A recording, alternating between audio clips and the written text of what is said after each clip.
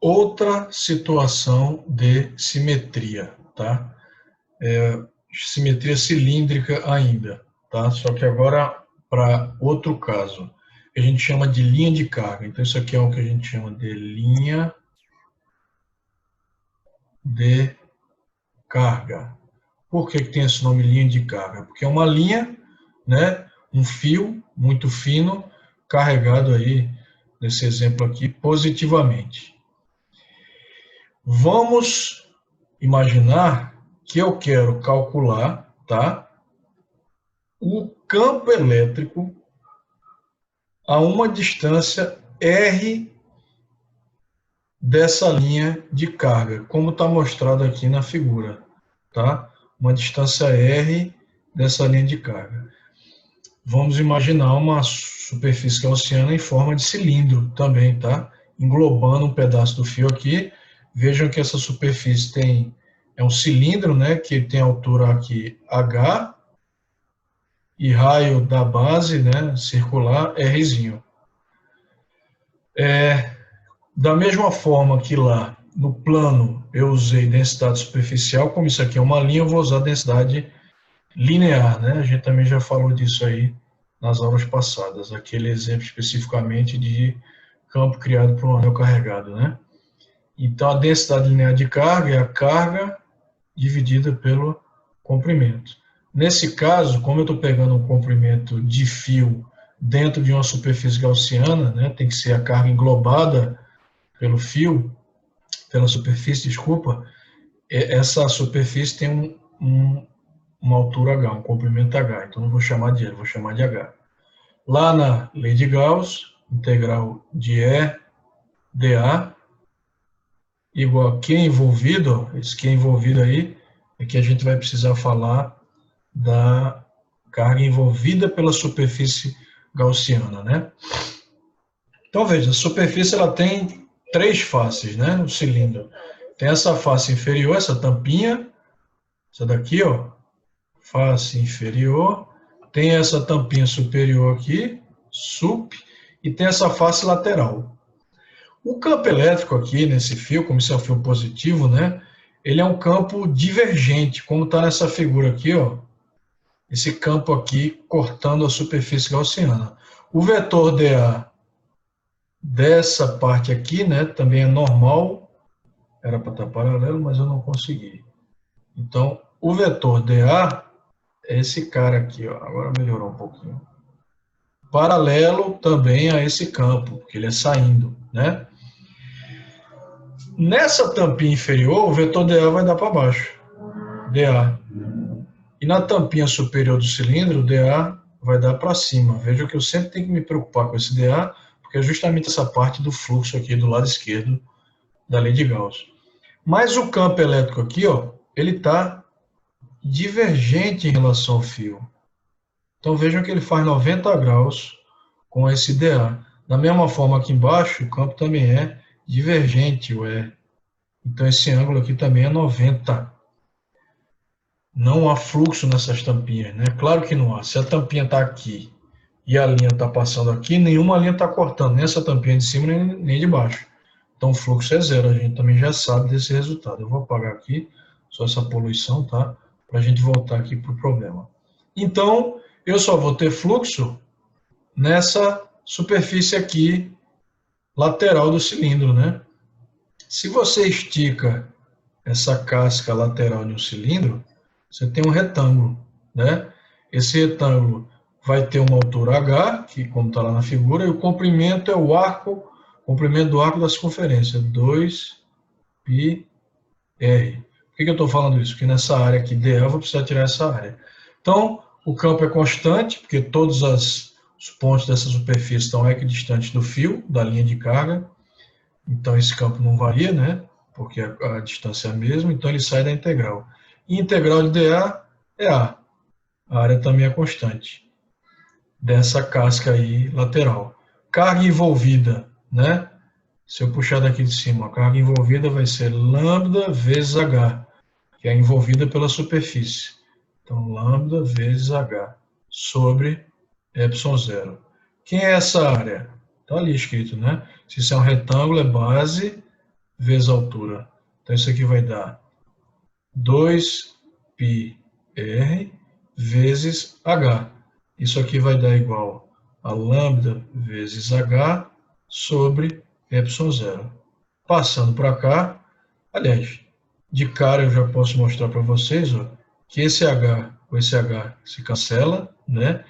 E aí eu vou ter um campo criado por essa linha de carga igual a lambda sobre 2π ε0 vezes r. Então, esse campo criado por essa linha de carga, ele é proporcional à densidade linear de carga, né? Lembra que isso aqui é Coulomb por metro, carga por distância, e ele é inversamente proporcional à distância à linha. Quanto mais longe, menor o campo, que também é de se esperar, né? Só não é o r ao quadrado dessa vez, é o r, porque isso não é uma carga pontiforme, isso é uma linha de carga, tá? No caso da placa da casca isolante, né? Que é o exemplo que eu citei que ia falar e está aqui em sequência, tá? É uma casca agora de um corpo que não é mais isolante, né? Condutor. E aí essa casca carregada, como esse corpo não é mais condutor, existe campo elétrico interno, né? Porque as cargas estão estáticas e não conseguem se distribuir para atingir aquela situação de equilíbrio onde elas ficam mais distantes uma das outras. Então, como tem campo para dentro e para fora, e aí nesse corte da figura dá para ver isso bem, ó, você vai ter a contribuição dessa face aqui e dessa superfície gaussiana. Lembrando que a lateral nunca tem, porque, como eu mostrei agora há pouco, o vetor dA e o campo elétrico são perpendiculares. Então, o fluxo total agora vai ser o fluxo, a integral de EdA, vamos chamar assim para ficar fácil, da face esquerda aqui, daquele cilindro, mais, né, lembrando que é o fluxo total, né, por isso que você tem que somar lá no lado esquerdo da lei de Gauss. Da face direita, isso aqui tem que dar o Q envolvido sobre ε0. Lembrar que eu também mostrei, eu só vou repetir, que o sigma vai dar o Q sobre ε0, então o Q vai dar sigma sobre ε0, não, desculpa, viajei na maionese, né? Q sobre A, sobre a área. Então, Q vai dar sigma vezes A. Aí, quando a gente fizer isso aqui, ó, EdA da face esquerda, o E é constante, o A também sai. Vejam que não é negativo, mesmo sendo a face esquerda, porque o que importa é que o E e o A são paralelos, estão para o mesmo lado, o ângulo é zero. O produto escalar aqui, cosseno zero, vai dar 1. Mesma coisa lá na outra integral, né? Então, E vezes A é igual a sigma A sobre ε0. Vejam que interessante agora. Esses A daqui desaparecem e você vai ter o quê? 2E é igual a sigma sobre ε0. Como eu quero o campo elétrico, esse campo elétrico vai dar sigma sobre 2ε0.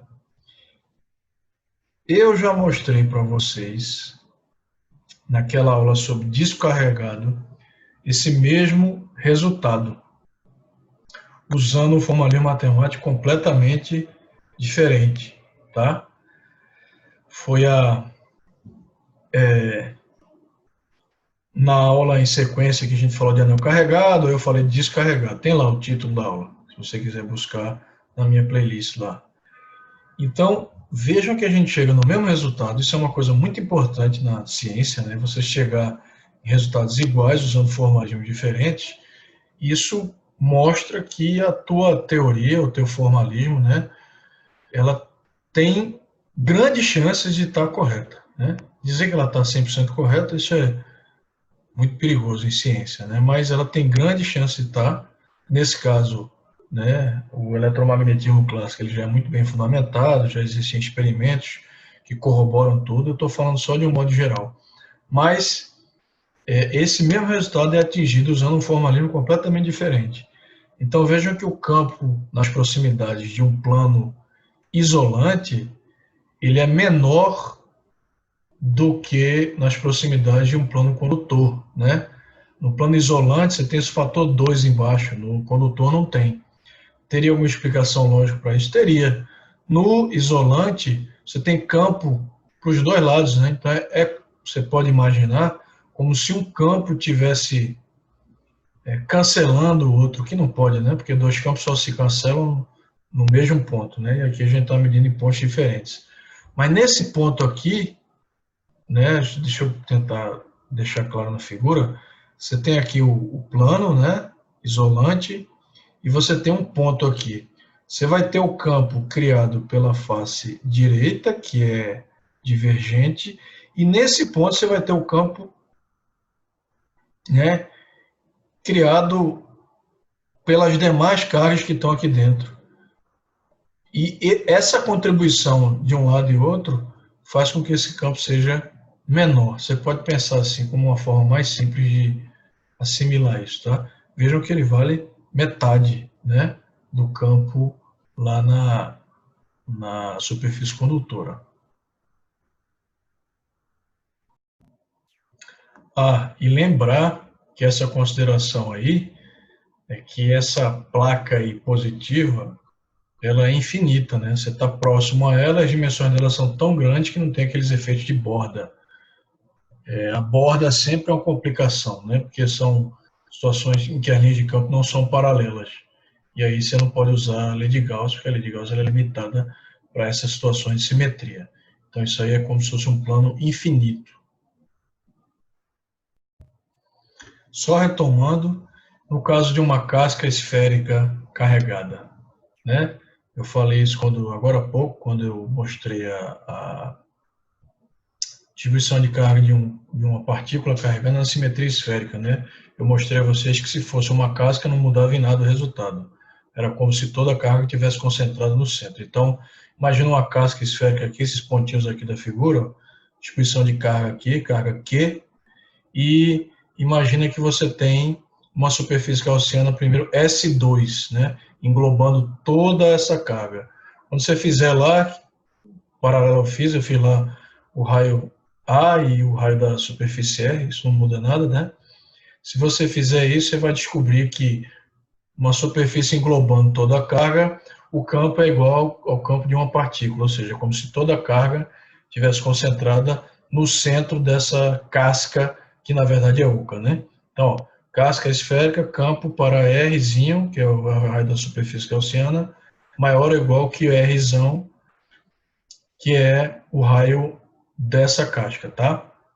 E aí só ler o que está escrito aqui. Uma partícula carregada situada do lado de fora de uma casca esférica, com uma distribuição de carga uniforme de carga e atraída ou repelida como se toda a carga estivesse situada no centro dessa casca. Então, se você imaginar, você vai colocar uma carga aqui do lado de fora, uma carga aqui, por exemplo, né?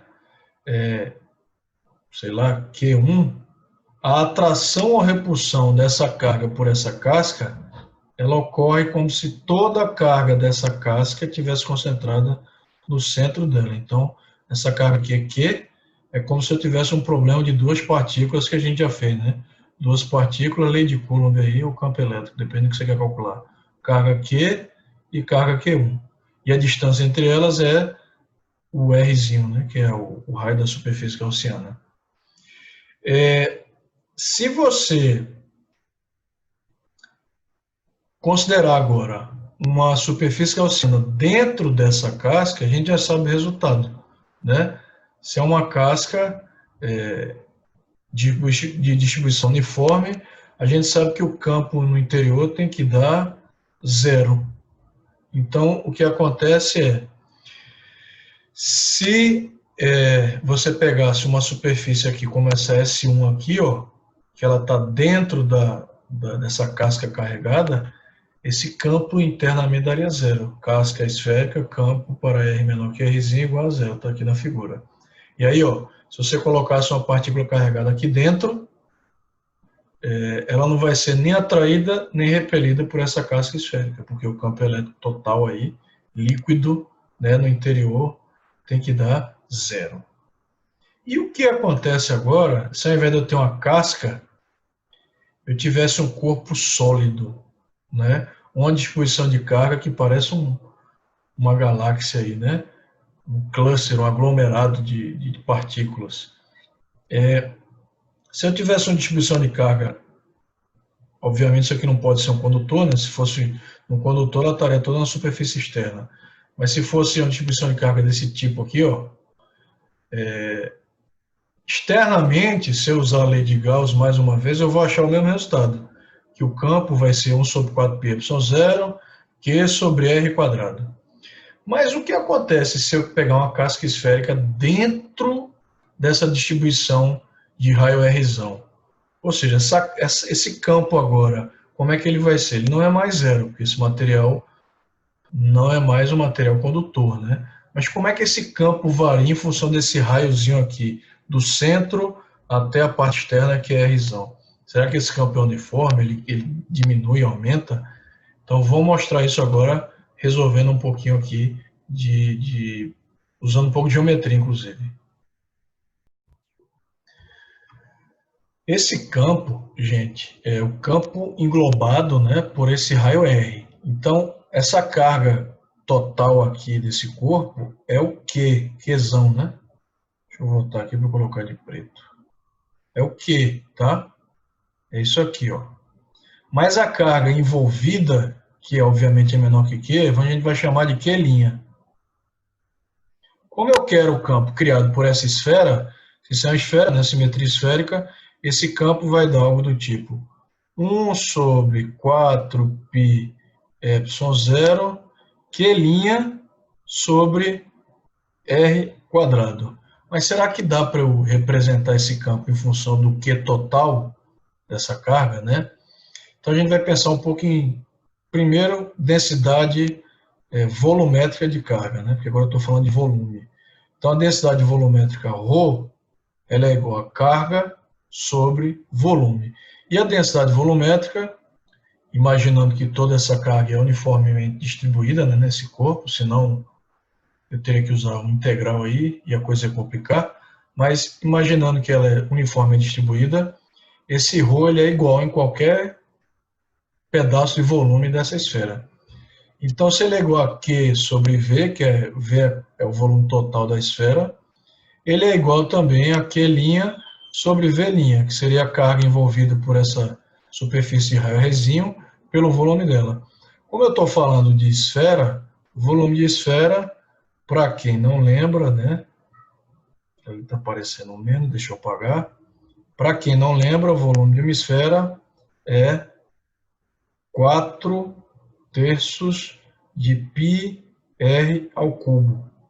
Isso aqui é igual a Q' dividido por 4/3 de π Rzinho, né, ao cubo, tá? E aí, vejam que o 4/3 de π com 4/3 de π cancela, e eu vou ter uma expressão do tipo aqui, Q sobre Rzão ao cubo é igual a Qzinho sobre Rzinho ao cubo. Como eu quero isolar Qzinho para poder jogar lá em cima, meu Qzinho aqui vai dar Qzinho linha, né? Q vezes Rzinho cubo dividido por Rzão cubo, né? Dessa expressão para cá. Posso substituir ali. Quando eu substituir ali em cima, eu vou ter que o campo elétrico vai dar a minha constante, vou chamar lá de K, tá? Só para facilitar a representação agora. O meu Q' agora é Q vezes Rzinho cubo sobre Rzão cubo, tudo dividido por R quadrado, que é esse R aqui, ó. Resolvendo agora e deixando mais bonitinho, Vejam que esse R cubo com esse R cancela e sobra um R aqui em cima, né? Então, eu vou ter um campo no final, ó, igual a 1 sobre 4π ε0 vezes QR sobre R ao cubo. Vejam que expressão interessante, né, para o campo dessa parte de dentro aí da esfera, da esfera de volume V, né, e raio R. A gente está mostrando que esse campo ele é igual a uma constante K vezes a carga total vezes o raio que você está medindo dentro da esfera, dividido por outra constante, que é o raiozão da esfera. Então, você tem duas constantes aqui, que é o K e o raiozão da esfera. Então, eu posso chamar isso de outra constante se eu quiser. Vamos chamar de uma constante P, em homenagem ao meu nome aí, tá? Então, constante P vezes Q vezes R. Essa carga também é constante. Mas o que eu só quero mostrar para vocês é que esse campo ele é proporcional ao raio interno.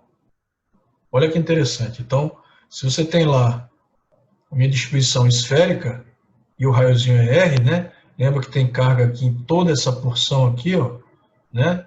A carga agora não é mais zero porque esse material é isolante. Se você tiver dentro, no centro, esse raio vai dar zero, esse campo dá zero, o que é razoável. Mas se você começa a se afastar do centro, quanto maior for o raio, maior o campo. E depois que eu passo disso daqui, né, eu passo dessa esfera, aí o campo começa a cair normalmente como o campo, né, de uma partícula.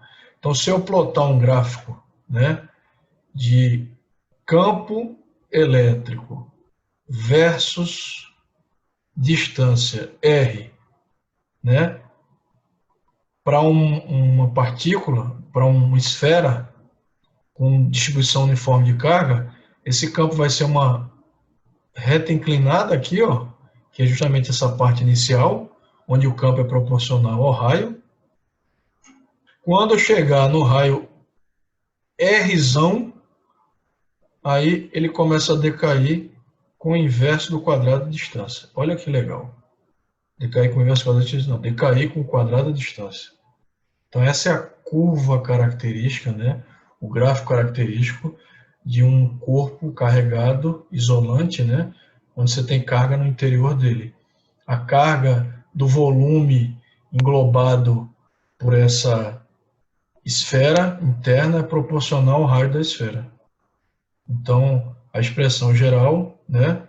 Só repetindo ela aqui, é campo igual a 1 sobre 4π ε0 vezes a carga total, vezes o raio, que é a distância que você está do centro, sobre R cubo. Vejam, inclusive, que quando você chegar, né, você está partindo aqui do centro e está indo para fora, né, medindo para fora.